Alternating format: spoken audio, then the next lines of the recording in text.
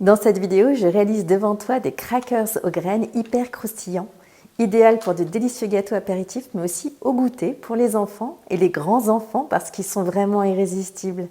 Alors il existe sur internet, c'est vrai, de nombreuses recettes de crackers, mais comment savoir s'ils sont réellement à faible index glycémique? Ici, je te livre ma recette 100% IG bas et je te parle des pièges à éviter lorsqu'on cherche justement à limiter l'impact du sucre dans son alimentation. Et si tu aimes le contenu que je te propose et que tu as envie d'encourager mon travail, alors clique sur le pouce, abonne-toi et active la cloche pour recevoir une notification dès que je publie une nouvelle vidéo. Tu peux accéder à la fiche recette des crackers directement sur mon site internet mangermieuxpourallierbien.fr. Je te mets le lien juste en dessous en description. Comme ça, tu peux enregistrer la recette et l'imprimer pour l'avoir sous la main dans ta cuisine. Allez, je te montre la recette. Je m'attache les cheveux, je mets mon tablier, je me lave les mains et on file en cuisine. Manger mieux pour aller bien, c'est ma méthode pour booster ta vitalité par l'alimentation.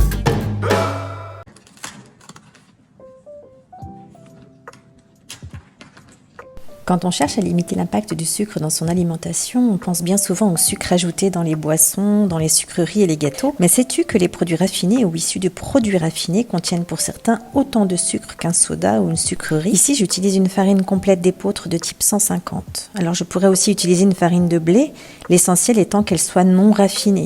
Le raffinage, c'est le fait de retirer plus ou moins l'enveloppe d'une graine. Une farine blanche raffinée commence du type 0. Et T0, généralement, c'est utilisé pour faire les pâtes à pizza. Et cela va jusqu'à T50, T65. Dans l'alimentation IG bas, on utilise essentiellement les farines de type T110 à T150, soit des farines complètes et intégrales. Elles contiennent beaucoup plus de fibres et de protéines que les farines blanches. Et c'est pour ça qu'elles sont IG bas, parce que les protéines et les fibres ralentissent l'absorption des sucres dans l'organisme. Est-ce que tu sais par exemple que dans 100 g de farine blanche, il y a plus de sucre que dans 100 g de chocolat au lait? Attention cependant à utiliser des farines complètes de qualité biologique car les pesticides se logent dans l'enveloppe des graines. Et une farine non raffinée est donc très chargée en pesticides si elle n'est pas bio. Allez, c'est prêt!